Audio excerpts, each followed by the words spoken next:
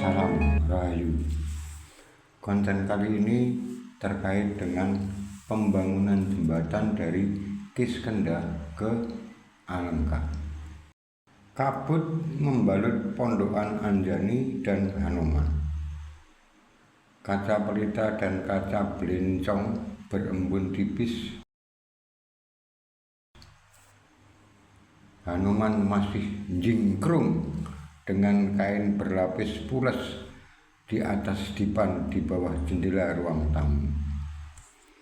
Ibunya, Anjani, sudah terbangun dan berada di dapur memasak air dan merebus singkong dengan bumbu gula merah dan parutan kelapa tua.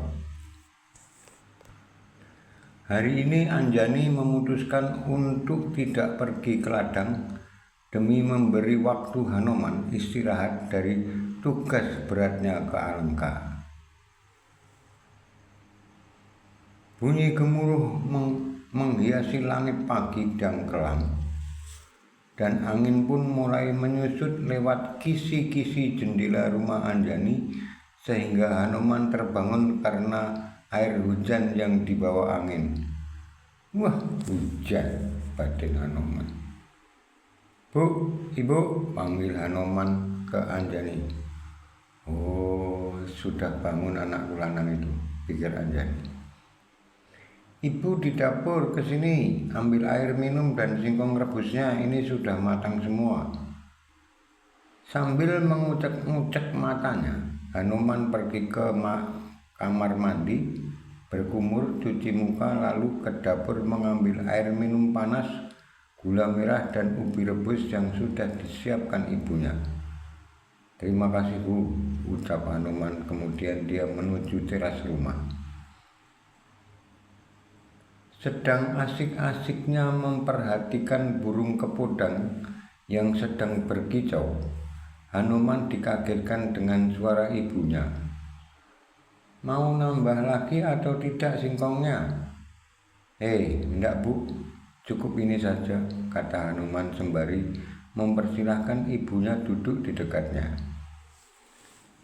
Sudah hilang capeknya setelah tugas ke Alengka, tanya Anjani.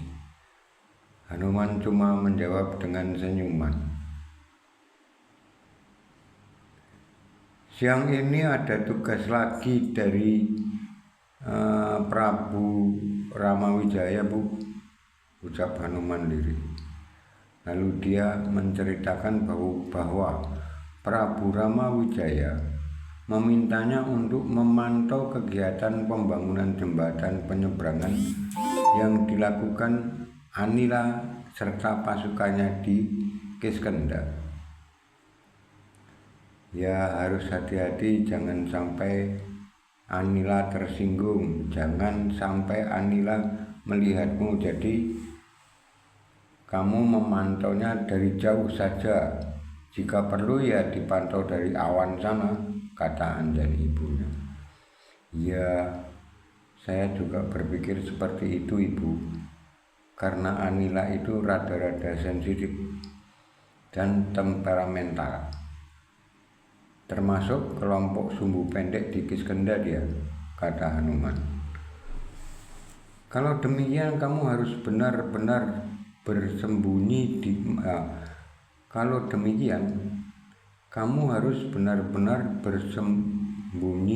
diri, jangan sampai terlihat Anila dan kawan-kawannya, kata ibunya. Saya kepikiran nanti akan ke tempat Bopo Bayu dulu minta saran sebaiknya menempuh cara pemantauan seperti apa, kata Hanoman. Ya bagus. Habis sarapan ini kamu sowan ke Bapak Bayu, tanggap Anjani. Gerimis mulai reda dan sinar matahari mulai menembus celah-celah awan-awan yang bergerombol. Hanoman siap melesat ke cakrawala menuju istana Dewa Bayu. Saya pamit, Bu, kata Hanoman sembari sungkem di paha ibunya. Ya, hati-hati, salam buat Bopo Bayu, kata ibunya. Hanoman menghentakkan kakinya dan Wus melesat ke Cakrawala sambil melakukan pemantauan wilayahnya.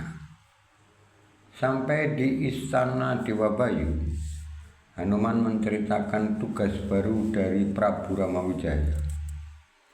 Dewa Bayu lalu memberikan saran agar Hanuman mencari awan-awan putih dan tebal bergelombang untuk tempat pengintaian. Usai berbincang dengan Dewa Bayu, Hanuman pamit segera turun ke bumi, tepatnya di negeri Ayodhya.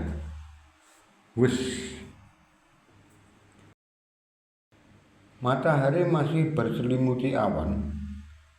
Hanuman bersembunyi di cumulonimbus, awan yang pinggirannya putih tapi bawahnya semburat kehitaman. Dia nangkring di sana, ngintip, mengamati aktivitas Anila dan pasukannya, sedang membuat jembatan yang hampir nyambung antara Kiskenda dan Alengka.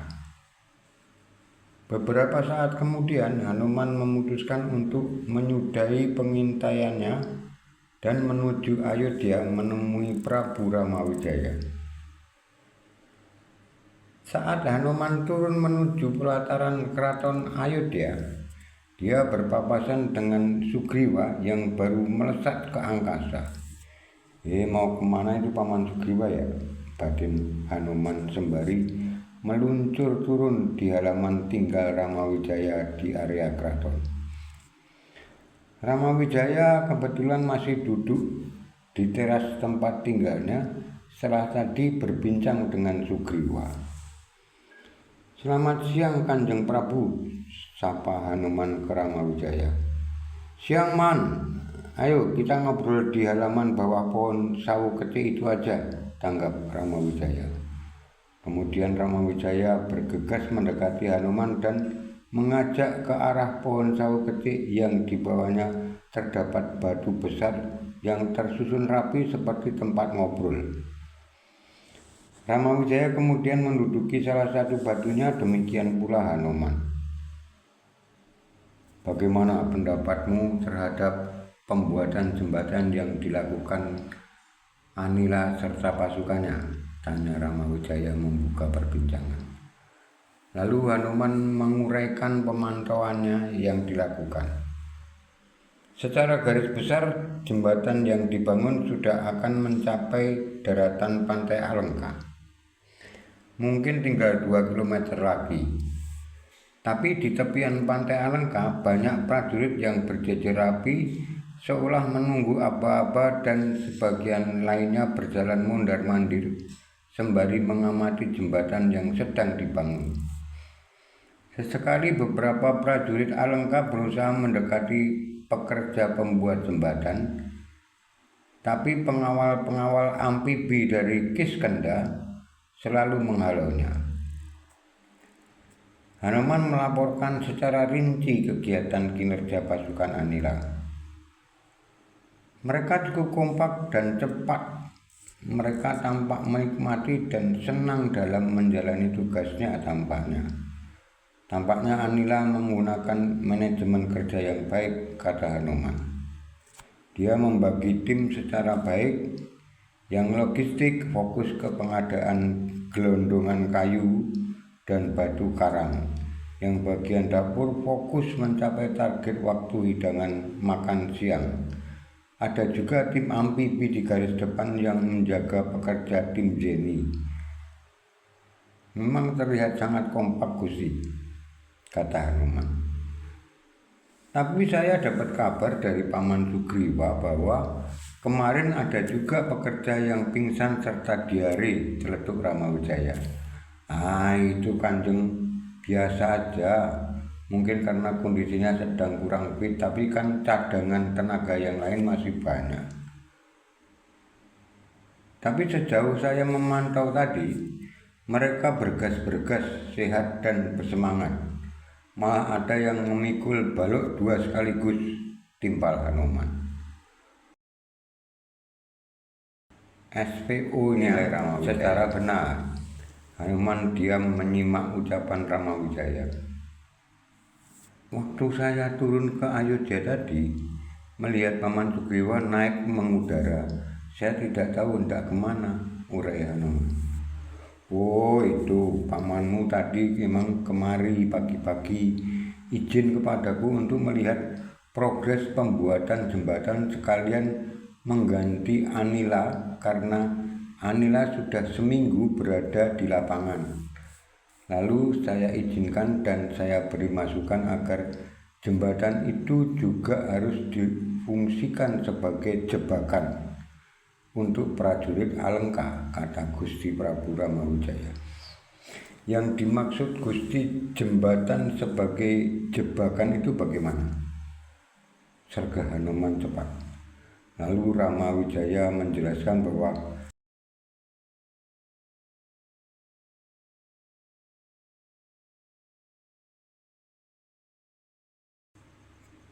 pada titik-titik tertentu tiang jembatan harus bisa dirobohkan. Misalnya gini, tiap 1 kilometer dari Kiskenda ke Alengka maupun sebaliknya harus ada sambungan jembatan yang mudah untuk dirobohkan.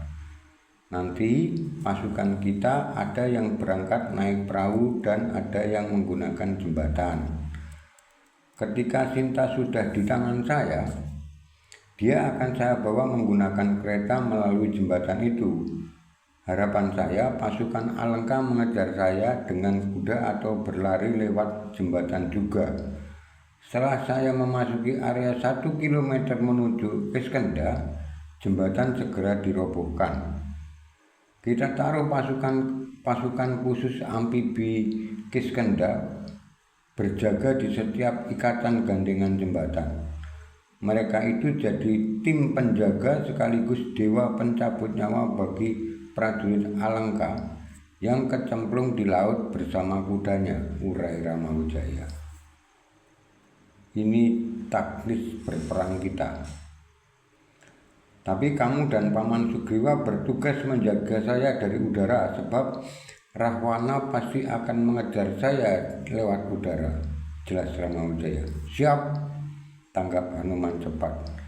Nah, tugas yang baru bagimu adalah begitu jembatan telah tersambung dengan daratan Alengka, kita bertiga, saya, Paman Sugriwa dan kamu, jadi tim patroli 24 jam mengawasi kegiatan mata-mata intelijen Alengka. Mereka pasti memperhatikan jembatan dan situasinya. Oleh karena itu, kita tidak boleh terlalu lama membiarkan jembatan berdiri. Harus segera menyerang Alengka. Kamu harus menelusur duluan ke Alengka untuk memetakan situasi mereka. Nanti saya minta Anila menopang kegiatanmu. Waduh, kalau bisa jangan, Kanjeng Prabu. Kegiatan intelijen itu tidak boleh bareng-bareng. Anila ditugasi ke bidang lainnya saja, urai Hanuman. Ramawijaya terdiam mencerna pemikiran Hanuman. Benar juga makhluk ini, batin Ramawijaya. Oke, nanti saya pikirkan kelanjutan saranmu. Nah, saya juga sedang memikirkan kelanjutan cerita konten ini. Sampai jumpa pada konten yang akan datang. Salam Rahayu.